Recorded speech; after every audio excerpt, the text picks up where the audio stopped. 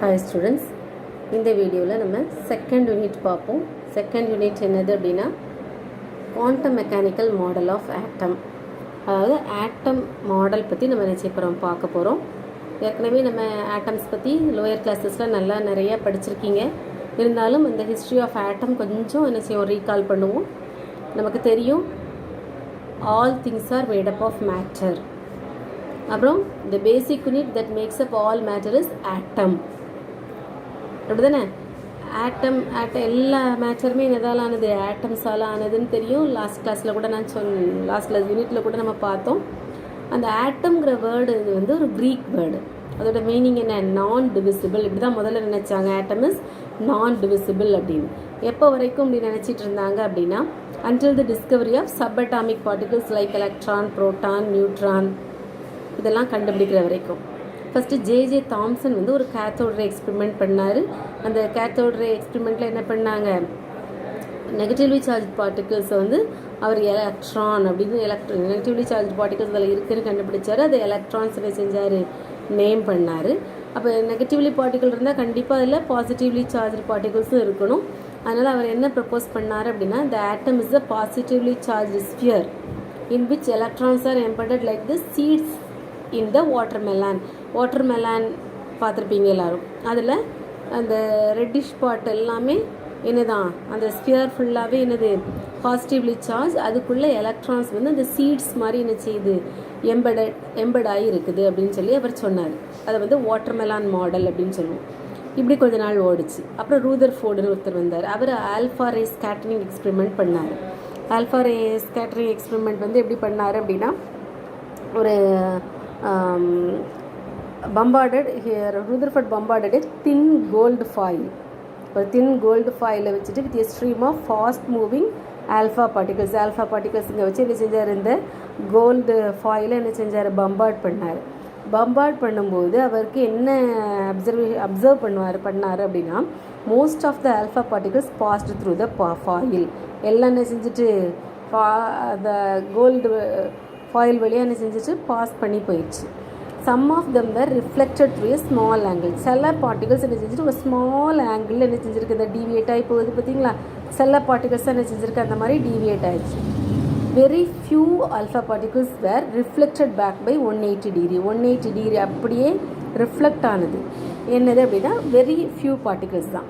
அப்போ இதிலிருந்து அவர் என்ன சொல்கிறாரு அப்படின்னு சொன்னால், நம்ம இவர் என்ன பண்ணியிருந்தார், ஜே தாம்சன் வந்து watermelon model most of the portion வந்து பாசிட்டிவ்லி சார்ஜ்னு சொல்லியிருந்தார். ஆக்சுவலாக அந்த மாதிரி பாசிட்டிவ்லி சார்ஜாக இருந்ததுன்னா இந்த ஆல்ஃபா பார்ட்டிகல்ஸ் என்ன தான், பாசிட்டிவ்லி சார்ஜ் பார்ட்டிகல்ஸ் தான். அது என்ன செய்யாது, இந்த மாதிரி பாஸ் பண்ணி போக முடியாது. ஃபுல்லாக என்ன தான் செஞ்சுருக்கணும், ரிஃப்ளெக்ட் தான் ஆகிருக்கணும். ஆனால் அங்கே என்ன ஆகுது, வெரி ஃபியூ ஆல்ஃபா பார்ட்டிகல்ஸ் தான் ரிஃப்ளெக்ட் ஆகுது. அப்போ இவர் என்ன சொல்கிறாருன்னா, அப்போ ஆட்டமில் கொஞ்சம் இடம் தான் என்ன செஞ்சுருக்கு, பாசிட்டிவாக இருக்குது அப்படின்னு இவர் சொல்கிறாரு. அதான் he proposed that in atom there is a tiny positively charged nucleus and the electrons are moving around the nucleus with high speed. சரியா? இப்படி என்ன செஞ்சுருக்காரு இவர் சொல்கிறார். யார்? ரூதர்ஃபோர்ட். பாசிட்டிவ்லி சார்ஜ் வந்து நியூக்ளியஸ் சின்னதாக தான் இருக்குது, எலக்ட்ரான்ஸ் வந்து சுற்றி என்ன செஞ்சுருக்கு, ஹை ஸ்பீடில் மூவ் ஆகிட்டுருக்கு. The theory of electromagnetic radiation states that a moving charged particle should continuously lose its energy in the form of radiation. Electromagnetic radiation படி, அந்த தியரி படி என்னென்னா, ஒரு மூவிங் பார்ட்டிகல்ஸ் இப்படி கண்டினியூஸாக ஒரு ரிவால்வ் ஆகிட்டே இருந்ததுன்னா அது என்ன ஆகும், அது எனர்ஜியை வந்து என்ன செய்யும், லூஸ் பண்ணும். இந்த ஃபார்ம் ஆஃப் ரேடியேஷன் ஃபார்மில் என்ன செய்யுது, எனர்ஜியை லூஸ் பண்ணும் அப்படின்னு. அப்படி பார்க்க போனால் the moving electron in an atom should continuously lose its energy and finally collide with the nucleus, resulting in the collapse of the atom. Electromagnetic theory படி இப்படி எலக்ட்ரான்ஸ் சுற்றியே வந்துட்டு இருந்ததுன்னா எனர்ஜியை லூஸ் பண்ணி கடைசியில் எங்கே வந்து விழுந்துரும், நடுவில் இருக்கிற நியூக்ளியஸில் வந்து விழுந்துரும். அப்போ ஆட்டமே கொலாப்ஸ் ஆயிரும். ஆனால் இப்படி என்ன செய்யல, நடக்கலை, ஆட்டம் ஸ்டேபிளாக இருக்குது. அதனால ரூதர்ஃபோர்ட் மாடல் வந்து தப்பு. சரியா? இதுவும் என்னது, அது ஆட்டமுக்கு மாடல் கிடையாது. இது வந்து என்ன செய்யலை, it does not explain the distribution of electrons around the nucleus and their energies. அந்த எலக்ட்ரான்ஸ் வந்து எப்படி டிஸ்ட்ரிபியூட் ஆகிருக்கு, அதோட எனர்ஜி என்னங்கிறதெல்லாம் ரூதர்ஃபோர்டு சொல்லலை அப்படின்னு சொல்லி இது வந்து தப்பு அப்படின்னு நினச்சாங்க. ஸோ அடுத்து யார் வந்தார்னா போர் வந்தார், Niels Bohr. The work of Planck and Einstein showed that the energy of electromagnetic radiation is quantized in units of h nu. Nu இது வந்து v இல்லை, nu. என்ன nu எப்படி போடணும்னா இங்கே இருக்குது, இந்த nu வந்து இப்படி போடணும், சரியா? nu is the frequency of radiation and h is Planck constant. அதாவது எனர்ஜி அதெல்லாம் என்ன செஞ்சிருக்கு, குவான்டைஸ்டாக இருக்குது. எலக்ட்ரோமேக்னெட்டிக் ரேடியேஷனோட எனர்ஜி வந்து it's a quantized units of h nu அப்படின்னு சொல்கிறார். Planck கான்ஸ்டன்ட், ஹெச் வந்து Planck's constant 6.0626 into 10 - 34 joule seconds அப்படின்னு சொல்லி. இந்த extending Planck's quantum hypothesis to the energy of atoms, Niels Bohr proposed a new atomic model for the hydrogen atom. Hydrogen தான் என்னது, smallest ஆட்டம். இப்போ hydrogen ஆட்டத்துக்கு இவர் வந்து ஒரு அட்டாமிக் மாடல் சொல்கிறார். யார், நீல்ஸ் போர். எதை பேஸ் பண்ணி, பிளாங்க் குவாண்டம் ஹைப்போதிசிஸை பேஸ் பண்ணி. அவர் என்ன சொல்கிறாருன்னா, the energies of electron in an atom is quantised. எலக்ட்ரான்ஸுடைய எனர்ஜி ஒரு ஆட்டமில் குவான்டைஸ்ட் ஆகிருக்கு. The electron is revolving around the nucleus in a certain fixed circular path called stationary orbit. இது என்ன செய்யுது, நியூக்ளியஸ்க்கு சுற்றி எலக்ட்ரான்ஸ் என்ன செஞ்சிட்ருக்கு, சர்க்குலர் பாத்தில் அப்படியே ஃபிக்ஸ்டாக என்ன செஞ்சிருக்கு, சர்க்குலர் பாத்து ஸ்டேஷ்னரி ஆர்பிட் அப்படிங்கிற அந்த ஆர்பிட்டில் என்ன செஞ்சிட்ருக்கு, ரிவால்வ் சுற்றி வந்துட்டுருக்கு. Electrons can revolve only in those orbit in which the angular momentum MBR of the electron must be equal to an integral multiple of h/2π. அதாவது எலக்ட்ரான் வந்து ஒரு ஆர்பிட்டில் இருக்குது அப்படின்னா அந்த ஆர்பிட்டுடைய angular momentum MBR of the electron must be equal to h/2π. MBR equal to NH/2π இருந்தால் தான், n வந்து 1 2 3, சரியா, 1 2 3 அப்படி போயிட்டே இருக்கலாம். அப்படி இருந்தால் தான் அந்த எலக்ட்ரான் வந்து அந்த பர்டிகுலர் சர்க்குலர் ஆர்பிட்டில், அந்த ஸ்டேஷ்னரி ஆர்பிட்டில் என்ன செய்ய முடியும், ரிவால்வ் ஆக முடியும் அப்படின்னு சொல்கிறாரு. அப்புறம் அடுத்தது என்ன சொல்கிறாருன்னா, as long as an electron revolves in the fixed stationary orbit, it doesn't lose its energy.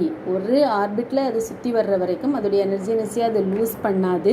however, when an electron jumps from higher energy state to lower energy state, the excess energy is emitted as radiation.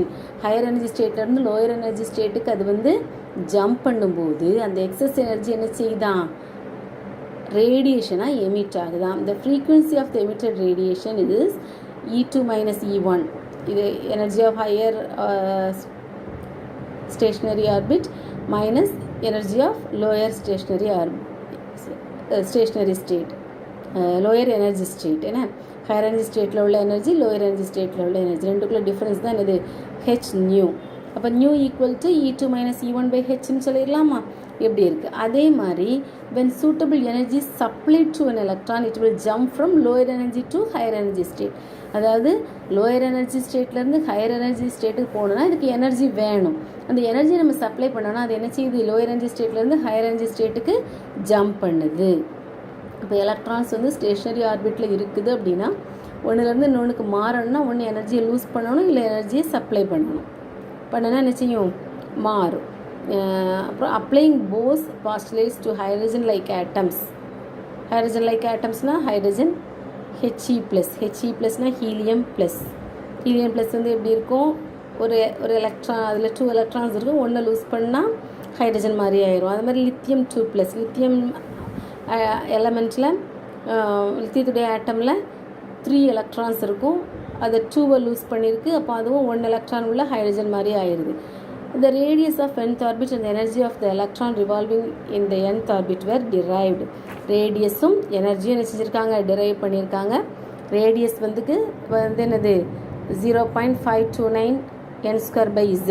z is atomic number, low Armstrong unit. அது மாதிரி energy -13.6 z²/n². z அப்படிங்கிறது atomic number, n²ங்கிறது என்னது orbit, எந்த ஆர்பிட்டில் இருக்குதோ அந்த orbit. இது வந்து unit வந்து எலக்ட்ரான் வோல்ட் பெர் ஆட்டம் அப்படிங்கிறது. இதை கிலோ ஜூல்ஸ் பெர் மோலில் நம்ம சொல்லணும்னா -1 1312.8 Z²/n² கிலோஜூல் பெர் மோல். சரியா?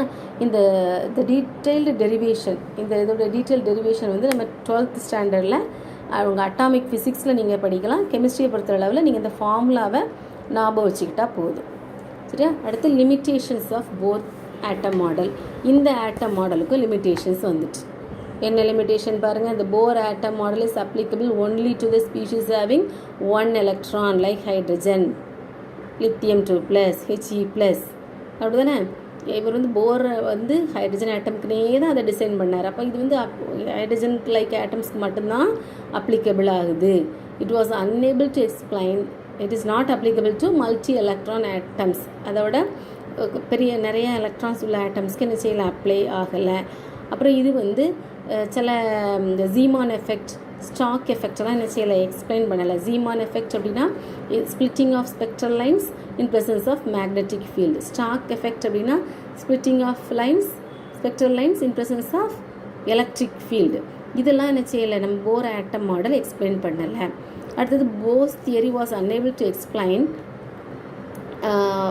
the electrons is restricted to revolve around the nucleus in a fixed orbit in which the angular momentum of electron is equal to nh/2π. அவர் வந்து propose பண்ணியிருந்தார். அப்படி தானே? அதுக்கு வந்து explanation இல்லை. why the electrons are restricted, இதில் தான் அது ரிவால்வ் ஆகணும்னு ஏன் ரெஸ்ட்ரிக்ட் பண்ணப்படுது அப்படிங்கிறத என்ன செய்யலை, அவர் வந்து எக்ஸ்பிளைன் பண்ணலை. இதுக்கு வந்து ஆன்சர் யார் சொன்னாங்க, அடுத்து வந்த லூயிஸ் டி பிராக்லி சொன்னார். ஏன் அதை குவான்டைஸ்ட் ஆகிருக்கு, why it is equal to nh/2π அப்படிங்கிறத லூயிஸ் டி பிராக்லி சொன்னார். அதை நெக்ஸ்ட் வீடியோவில் நம்ம பார்ப்போம். தேங்க்யூம்மா.